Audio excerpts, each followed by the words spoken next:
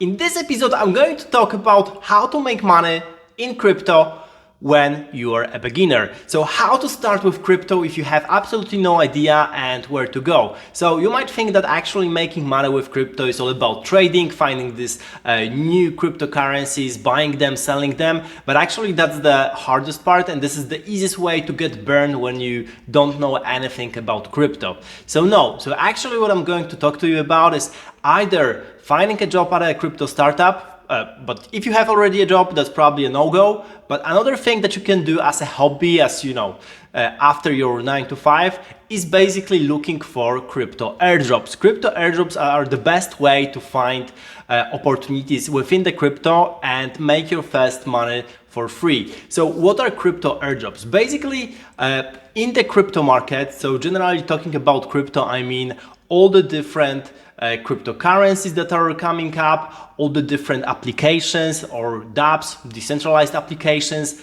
all the different protocols. By protocols, I mean smart contracts. So, there are those kind of programs deployed on the blockchain. Basically speaking, different teams who want to test their software before they publish it. And they're going to usually pay you in their own native currency, and if this currency is worth something, then this is the money you're getting. So that's actually the best way to make money in crypto, especially if you're a beginner. And even if you're not a beginner, there are multiple options for making money with crypto airdrops, because basically crypto airdrops will allow you to navigate through the market, learn a lot of new things, learn what people are building, and then jump quickly into the action. There are a couple of different types of crypto airdrops. Some of them I covered on my channel, some of them I didn't, but basically the most popular crypto airdrops are the crypto airdrops for the new blockchains. So for example, there is an Aptos blockchain that was very recent, which was a big thing. And there's a Sui blockchain that is also coming, and there will be some kind of a crypto airdrop associated. Those two blockchains are what's called L1 blockchains, so they are at the basic level. They're not connected to any other blockchain. Usually, in order to get money, in order to get and be eligible for one of those crypto airdrops, what you have to do is basically play with a testnet. Testnet is it's a kind of a beta version of a blockchain. They already have the token on that blockchain. However, it's not worth anything. You can easily get more of that token. It's only for testing purposes. So usually what you have to do is go to one of the Discords or Twitter for all the information regarding how to connect to the testnet, then see all the news regarding what you have to test. In case of Aptos, that was minting the very first NFT on Aptos, and if you mint, which means that you put that on a blockchain in your wallet, if you minted that, then you were eligible for the airdrop. We don't know what it's going to be with Sui, but that's why you have to follow the news, you have to follow Discord, you have to follow Twitter. It's definitely not a full-time job, but then every day you should check for new information to see whether you're not missing anything. And this is the best way to actually stay updated, play around with those new blockchains and see what's coming out of that.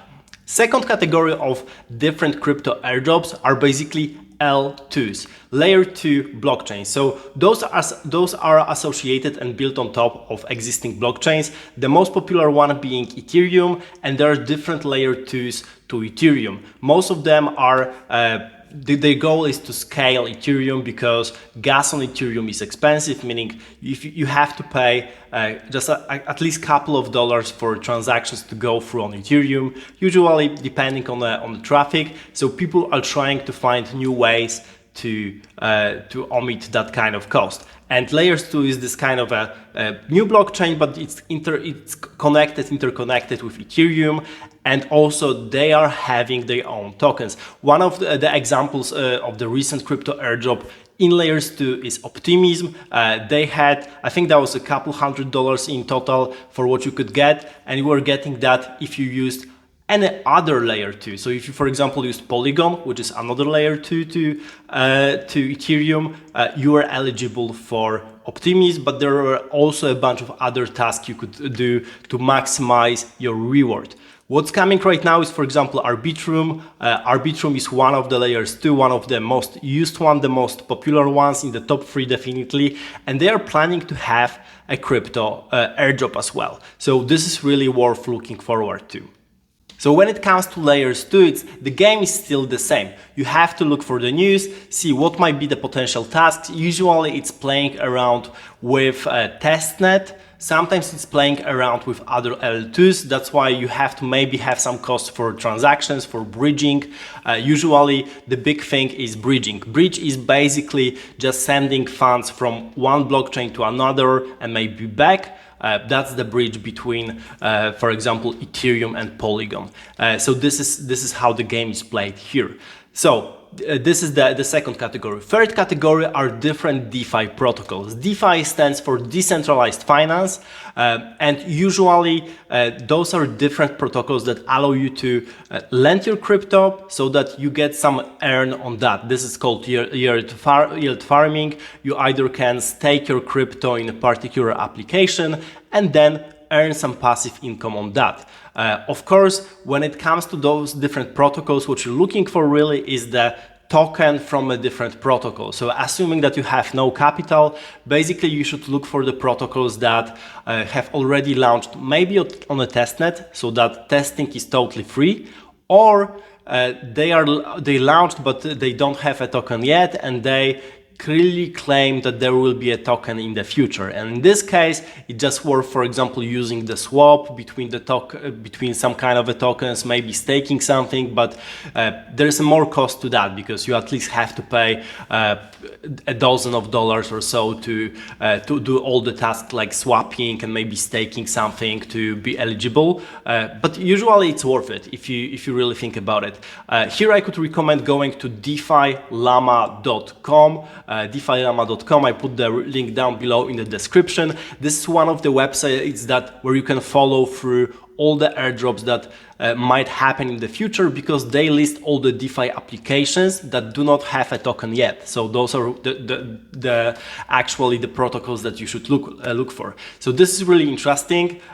All the DeFi applications. Also think about airdrops.io. This is another website mostly with DeFi products that do the airdrops. Also worth following. So that was the third category. We have so far L1 blockchains, main blockchains, L2 blockchains, and DeFi protocols. The fourth category and the final one is NFTs, and generally speaking, there are different airdrops for NFT holders.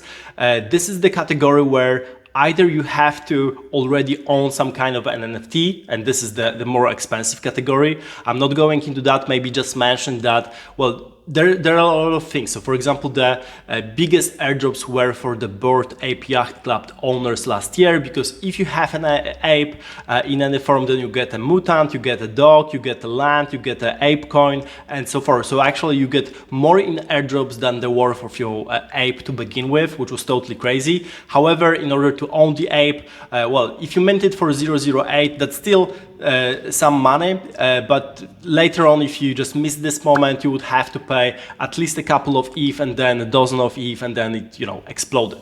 So it's really hard to do that.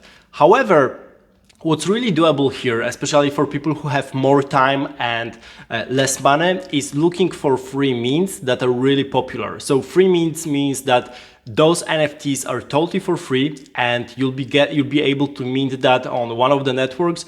If you qualify for the waitlist or whitelist or whatever they call it, you'll be able to mint a particular NFT for free. So your only cost will be the gas cost, and then you'll be able to sell the particular NFT.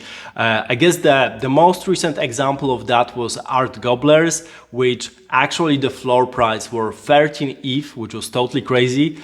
So you basically were getting something like $15,000 for free if you managed to get on the whitelist. However, there are only, I think, around 1,000 people who managed to do that. This is like the amount of holders, and there was a lot of interaction, a lot of time to be spent. So in those kind of NFT airdrops, in order to qualify, there's like no predetermined actions. It really depends on the projects, and in order to qualify, you really have to get deep into the project and be visible to the community. You usually talk with the team or the moderators, and it really depends on the particular project. So there's no really action plan here, and usually it takes really a lot of time to be eligible for that, but sometimes it's really worth it, because with all those previous two protocols, with coins, it's mostly automated to some extent. You just get an airdrop on your wallet that you interacted with the protocol or the application. Here with NFTs, it's more manual,